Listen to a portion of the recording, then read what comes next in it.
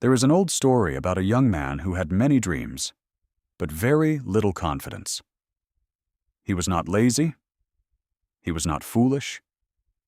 He was not without talent. In fact, many people around him saw something in him that he could not see in himself. They saw intelligence. They saw kindness.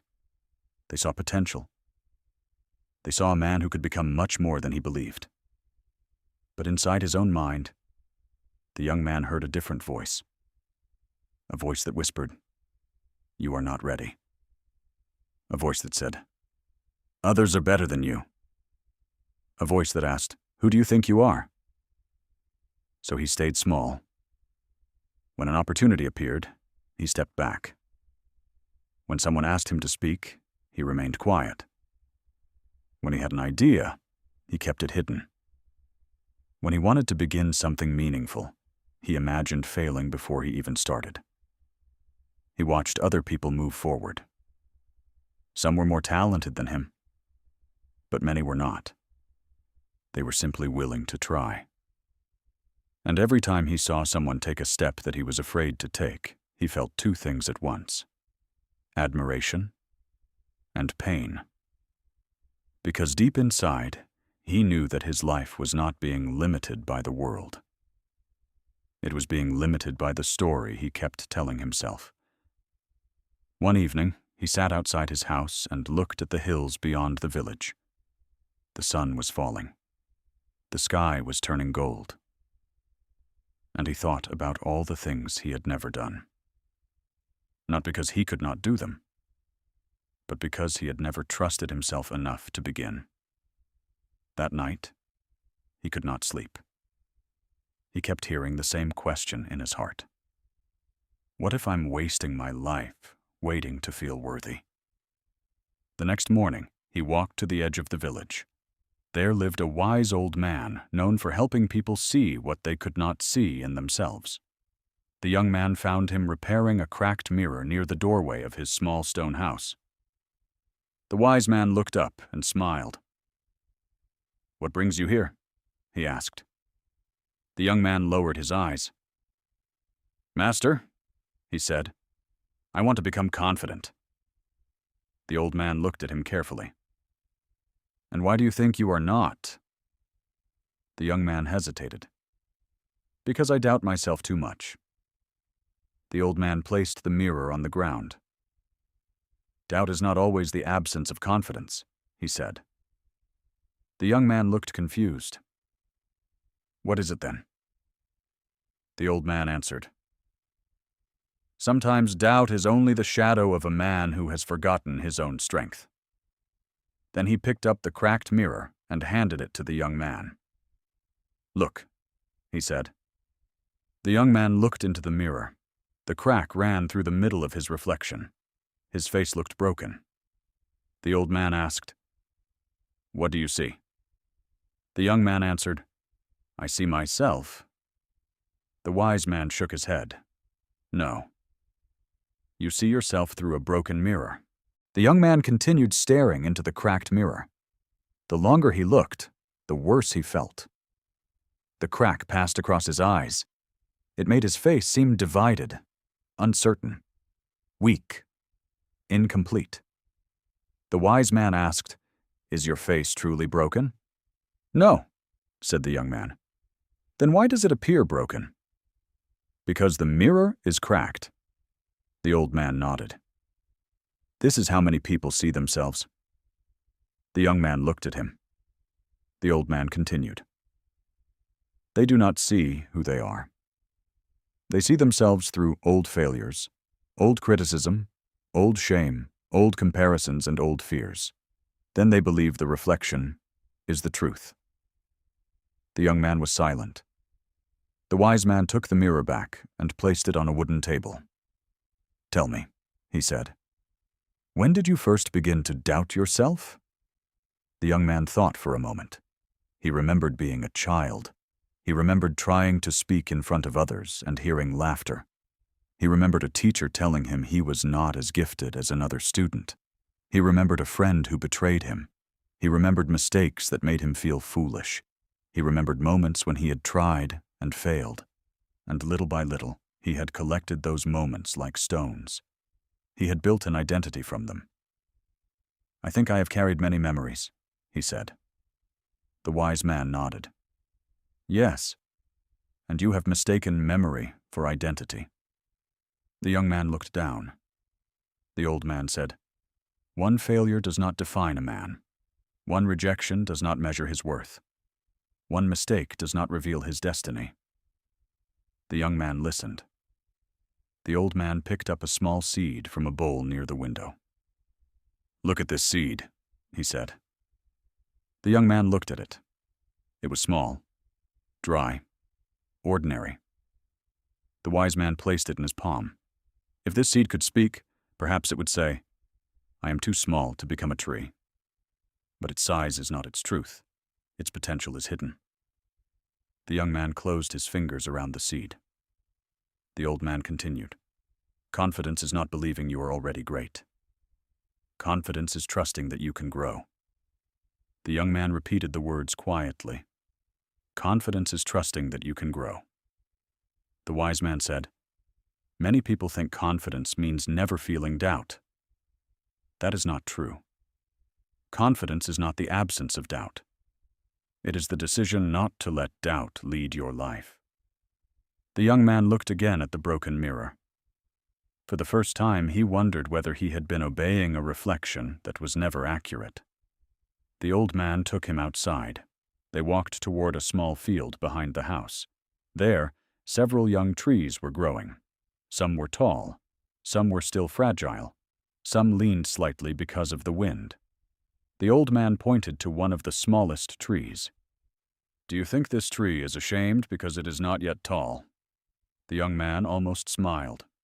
"No." "Does it stop growing because other trees are ahead of it?" "No."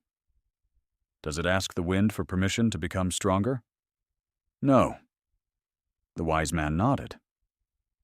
"Then why do you?"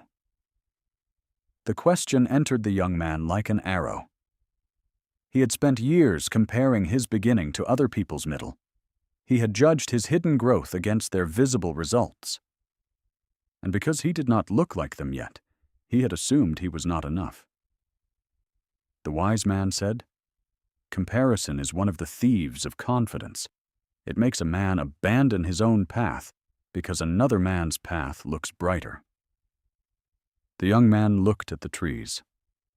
The old man continued, "Do not ask, 'Am I better than them?' Ask, 'Am I becoming more honest with my own potential?'" Later that day, the wise man led the young man toward a narrow stream. Across the stream was a small wooden bridge. It was old, but strong. The young man stopped before it. The bridge looked safe, but he still hesitated. The wise man noticed. "What do you feel?" he asked. "I am not sure," said the young man. "Are you afraid the bridge will break?" "A little." The wise man stepped onto the bridge. It held his weight. Then he walked across and came back. "The bridge is strong enough," he said. The young man still did not move. The wise man smiled gently. "Sometimes the bridge is not the problem. The problem is the man who does not trust his own feet."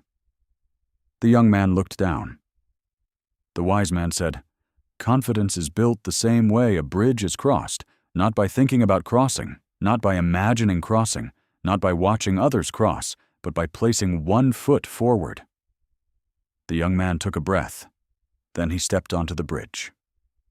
The wood made a small sound beneath his foot. He froze. The old man said, "Do not confuse sound with danger." The young man took another step, then another. His heart beat quickly.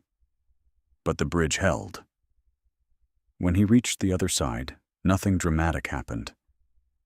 There was no applause, no music, no sudden transformation. But something inside him shifted. He had done what fear had told him not to do. The wise man crossed the bridge and stood beside him. "Now," he said, "do you feel more confident?" "A little," said the young man. The old man nodded. "That is how it begins." The The young man expected confidence to arrive like lightning. Powerful, sudden, complete. But now he understood that confidence often arrived like dawn, slowly, quietly, a little more light with each step. The wise man said, "You cannot think your way into confidence forever. At some point you must act your way into it." The young man listened carefully. The old man continued, "Every time you keep a promise to yourself, confidence grows. Every time you face something small that frightens you, confidence grows. Every time you try again after failing, confidence grows." He pointed back at the bridge. "Confidence is evidence. The more evidence you give yourself, the less power your old doubts have." The young man thought about his life. He had waited to feel confident before taking action, but perhaps he had reversed the order. Perhaps action came first. Perhaps confidence followed. The wise man said, "Do not demand confidence before the step. Take the step, and let confidence meet you on the road." The young man looked toward the path ahead. For the first time, it did not seem impossible. It still seemed uncertain, but not impossible. They walked farther. The path became steeper. The young man became tired. At one point, he stumbled on a stone. He felt embarrassed. The old voice returned quickly. "You see? You are not ready." The wise man looked at him and asked, "What did your mind just say?" The young man was surprised. "It said I am not ready." The wise man nodded. "And what did your feet do?" The young man looked down. They kept walking. The old man smiled. "Then trust your feet more than the voice."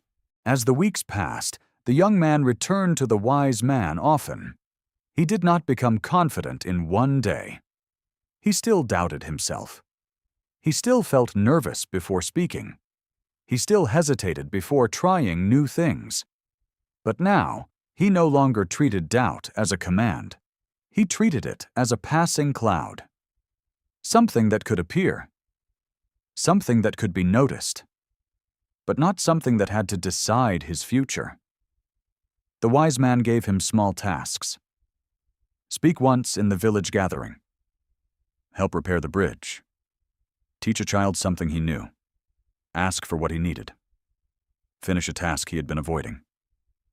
At first, each task felt uncomfortable. But after each one, the young man collected something new. Not praise. Not applause. Evidence. Evidence that he could speak and survive. Evidence that he could try and learn. Evidence that he could fail and still continue. Evidence that he was not as weak as his fear had said. One morning, the young man returned to the old man's house. The cracked mirror was still on the wooden table. The wise man handed it to him again. "Look," he said. The young man looked into the mirror. The crack was still there. But something was different. This time, he did not mistake the crack for himself. He saw the broken mirror. And behind it, he saw his own eyes more clearly. The wise man asked, "What do you see now?" The young man answered, "I see a man who is still growing." The old man smiled. "That is a better mirror." The young man carried those words with him. Months later, when an opportunity appeared, he did not run from it. He felt fear. He felt doubt. He heard the old voice whisper, "You are not ready." But this time, he answered it differently. "Maybe not completely, but I can begin." And he did. He spoke when his voice shook. He worked when he felt uncertain. He learned when he made mistakes. He kept walking when comparison tried to pull him away from his own road. Slowly, people noticed that he had changed. He did not become arrogant. He did not pretend to know everything. He did not look down on others. He simply stood differently, as if he had finally stopped asking the world for permission to exist fully. And perhaps this is the lesson hidden inside the story. Confidence is not arrogance. Confidence is not noise. Confidence is not pretending you have no fear. True confidence is quiet. It is the inner trust that says, I may not know everything, but I can learn. I may not be perfect, but I can improve. I may have failed before, but I can try again. Do not wait until you feel worthy before you begin. Begin, and let your actions remind you of your worth. Do not compare your roots to another person's fruit. Do not let a broken mirror decide who you are. You are not your old failure. You are not your old fear. You are not the voice that told you to stay small.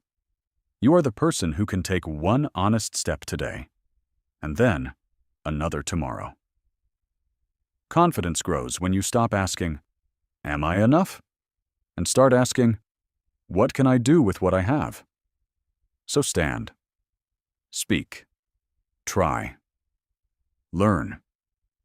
Walk across the bridge, and let every step become proof that you were stronger than you believed. If this story gave you something to think about, subscribe to Wisdomary Tales for more stories that make you think.